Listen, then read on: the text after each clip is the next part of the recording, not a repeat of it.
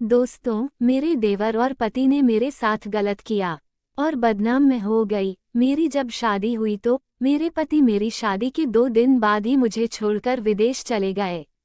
मैंने उनसे पूछा ऐसा क्यों कर रहे हो, तो बोलने लगे तेरे बाप ने हमें दहेज में कुछ खास नहीं दिया, एक 4 चक्का गाड़ी की ख्वाहिश थी, वो भी मेरी पूरी नहीं हुई, इसलिए अब मैं जा रहा हूँ विदेश और अपने पैसों से गाड़ी लूंगा।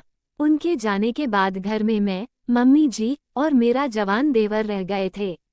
उनका 5 साल का वीजा था, यानी 5 साल बाद वो आने वाले थे।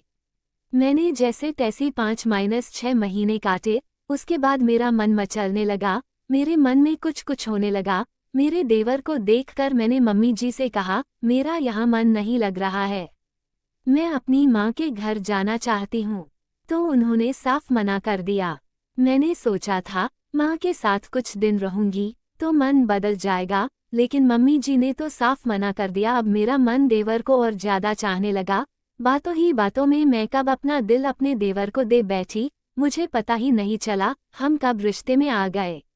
हमें पता ही नहीं चला और मेरे देवर ने मुझे इतना प्यार दिया कि 5 साल मुझे 5 महीने ही लगे।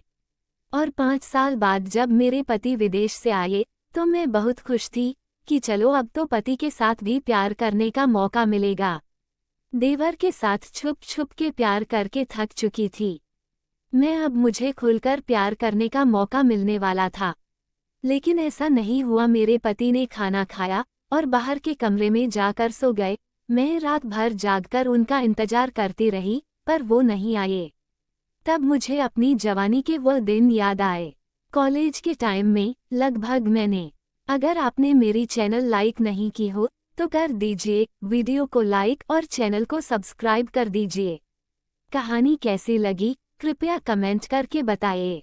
दोस्तों, मैंने कॉलेज के समय से अब तक लगभग 30 लड़कों को डेट कर चुकी थी, जिसमें मैंने सबसे खर्चे तो करवाए, लेकिन रिटर्न में मैंने अभी तक किसी को एक किस भी नहीं दिया था। उसमें से बहुत लड़के तो ऐसे थे जो मेरे साथ डिनर करके ही खुश हो गए थे। उन्हें मुझसे कोई गिला शिकवा नहीं था, लेकिन उनमें से 5 ऐसे लड़के थे जो कि बहुत ही बदमाश थे, बड़े बाप की बिगड़ी हुई औलाद थे, जो कि हमेशा अय्याशी की ही तलाश में रहते थे। कई लड़कियों के साथ उनके अफेयर्स के किस्से सुन चुकी थी मैं, लेकिन अब वो लोग मेरे पीछे पड़ चुके थे। अब उन 5 की चाहत मुझे पाने की थी। पहले तो उन लोगों ने मुझे बारी बारी प्यार से मनाने की कोशिश की, बोला कि तुम्हें जो चाहिए वो दूंगा, तुम्हें जितना खर्च करवाना है करवा लो, बस एक बार मेरी बाहों में आ जाओ, एक रात मेरे साथ बिता लो। उसकी ये बेहूदगी भरी बातें सुनकर मुझे बहुत गुस्सा आया। मैंने सैंडल दिखाते हुए गुस्से में कहा, ऐसा मारूंगी ना गाल पे निशान आ जाएगा जो तुझे जीवन भर तेरी इस गलती का तुझे एहसास दिलाती रहेगी। मेरी ये बातें सुनकर वो थोड़ी देर के लिए चुप हो गया। फिर बोला, साली तूने जो मेरे इतने पैसे खर्च करवाए वो क्या तेरे बाप के पैसे थे?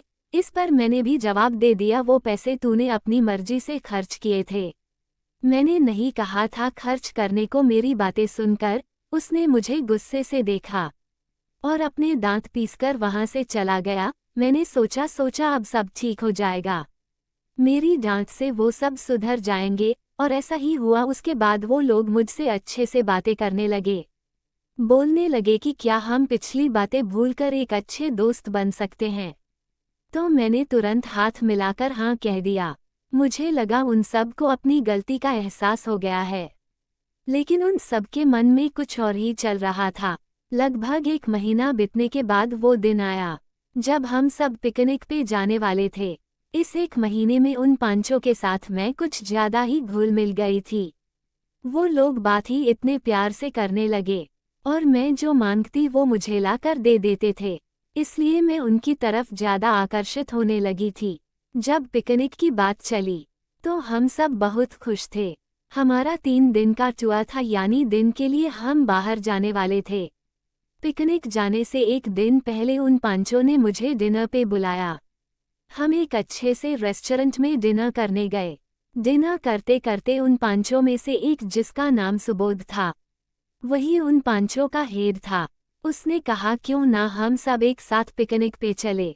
मैंने कहा ऑफ कोर्स, या हम सब साथ ही जाएंगे। फिर उसने कहा मेरा मतलब है सिर्फ हम 6 जने, हमारे अलावा और कोई नहीं। मैंने कहा यार पूरी स्कूल जाने वाली है, तो सिर्फ हम 6 जन ही कैसे जा सकते हैं। इस पर सुबोध ने कहा यार देख, पिकनिक 3 दिन के लिए है, घर वालों को बोल देंगे हम पिकनिक जा रहे हैं और स्कूल वालों को मना कर देंगे। इस तरह से हम 3 दिन तक अपने मन से कहीं भी घूमने जा सकते हैं, इंजॉय कर सकते हैं। अगर स्कूल की तरफ से जाएंगे तो हर जगह थोड़ी थोड़ी देर घुमा के वापस स्कूल ले आएंगे।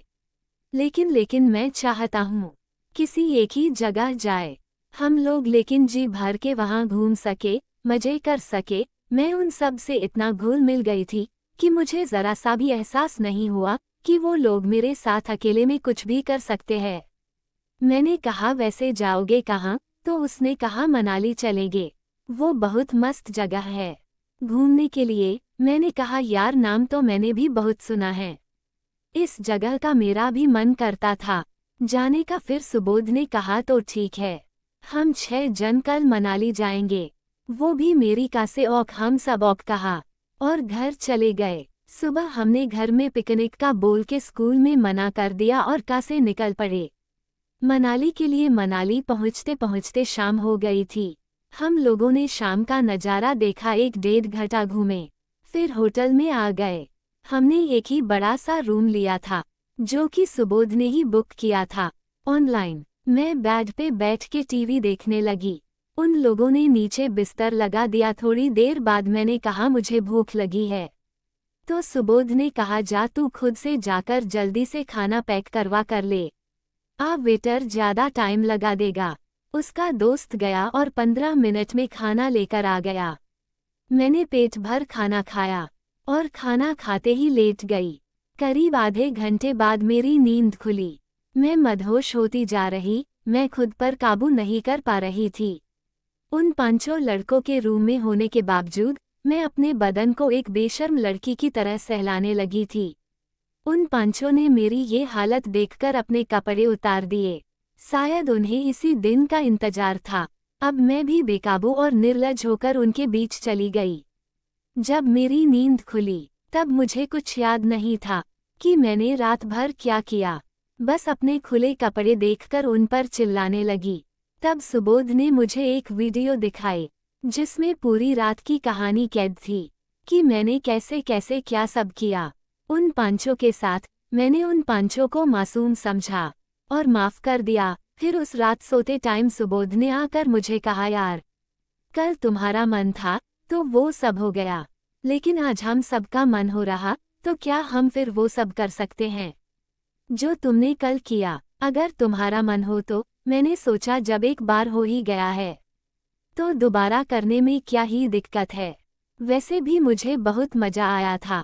मैंने कहा चलो ठीक है, शुरू करते हैं। फिर हमने पूरी रात एंजॉय किया और दिन के 12 बजे तक सोकर उठे और 2 बजे वहां से निकलकर रात को घर पहुंचे। इस बात को 2 महीना बीतने के बाद मैं एक बार सुबोध से अकेले में मिली तो मैंने उसे कहा यार तुम मुझे बहुत अच्छे लगते हो, क्या तुम मुझसे शादी करोगे? इस पर वो ठहाके मार के हंसने लगा और बोला जो लड़की एक साथ 5 लड़कों के साथ सोई हो मैं उससे शादी करूंगा क्या? उसकी ये बातें सुन के मुझे रोना आ गया। मुझे मेरी गलती का पछतावा होने लगा। फिर उसने कहा अरे तू अपने आप को मत कोस, तू गलत नहीं है, गलत तो हम है जो हमने तेरे खाने में जोश की गोलियां मिला दी थी जिसकी वजह से तू हमारी बाहों में खींची चली आई। और यह कहकर वो वहां से चला गया। उसकी ये बातें सुनकर मैं फुट फुट कर रोने लगी और मैं समझ गई कि मुझे मेरे लालच की ही ये सजा मिली है जो कि मुझे एक ना एक दिन मिलनी ही थी। और फिर मेरे जैसे तैसे मेरी शादी मेरे माँ बाप ने कर दी। पर यह पति भी मुझे ऐसा ही मिला था जो मुझे प्यार नहीं देता था और मुझे देवर से ही काम चलाना पड़ता था। अब मेरी जिंदगी शायद ऐसे ही निकलने वाली थी। यही मेरे गुनाहों की सजा थी शायद। तो दोस्तों, आपको यह मेरी कहानी कैसी लगी? कृपया आप वीडियो को लाइक, चैनल को सब्सक्राइब कर दें। धन्यवाद।